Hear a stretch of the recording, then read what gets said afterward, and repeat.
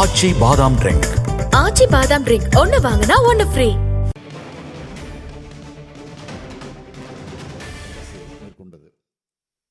குடிமைப்பணி தேர்வுக்கு தயாராகக்கூடிய 1000 மாணவர்களை தேர்வு செய்யப்பட்டவர்களுக்கு மாதம் 7500 ரூபாய் வீதம் 10 மாதங்களுக்கு வழங்கினோம்.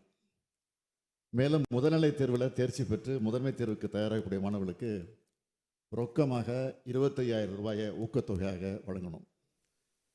அண்ணா நிர்வாக பணியாளர் கல்லூரியின் அகில இந்திய குடிமைப்பணி தேர்வு மையத்தின் மூலமாக இந்த மாணவர்களுக்கு தேவையான பயிற்சிகள் எல்லாம் வழங்கப்பட்டுச்சு.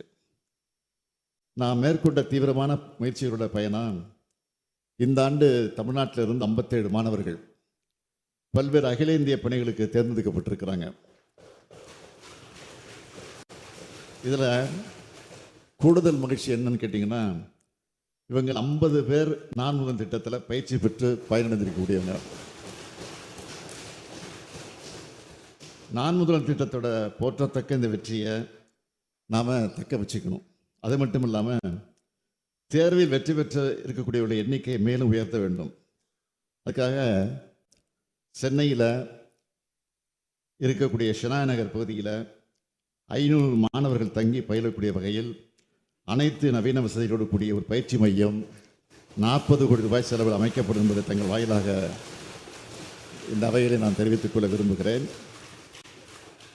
அது மட்டும் இல்லை, இந்த ஆண்டு தேர்ச்சி பெற்றவர்களுக்கு ஒரு பாராட்டு விழா நிகழ்ச்சியினை நாளை மறுதினம் அவர்களுக்கு பயிற்சி பெற்ற அண்ணா நிர்வாக பணியாளர் கல்லூரி வளாகத்தில் நடத்திட அதில் நானும் கலந்து கொள்ள இருக்கிறேன் என்பதை மகிழ்ச்சியோடு தெரிவிச்சுக்கிறேன். மாண்புமிகு பேரவைத் தலைவர் அவர்களே, கடைகோடி தமிழர் இளைஞர்களின் கனவுகளையும் நனவாக்குவதே இந்த திராவிட மாடல் அரசுடைய முழு முதற் கடமை. அதனை தொடர்ந்து செய்வோம் என்ற உறுதியினை அளித்தமைகிறேன்.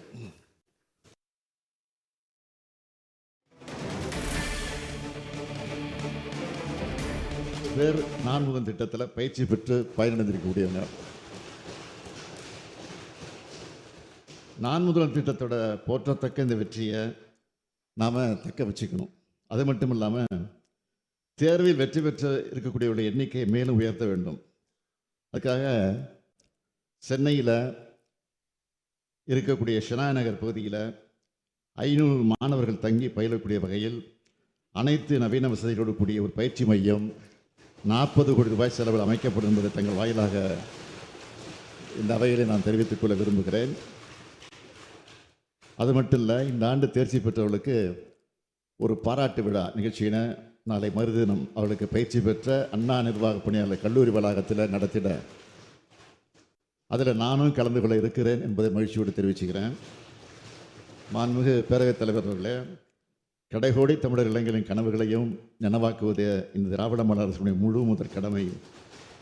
அதனை தொடர்ந்து செய்வோம் என்ற உறுதியினை அளித்தமைகிறேன் வழங்கினோம்.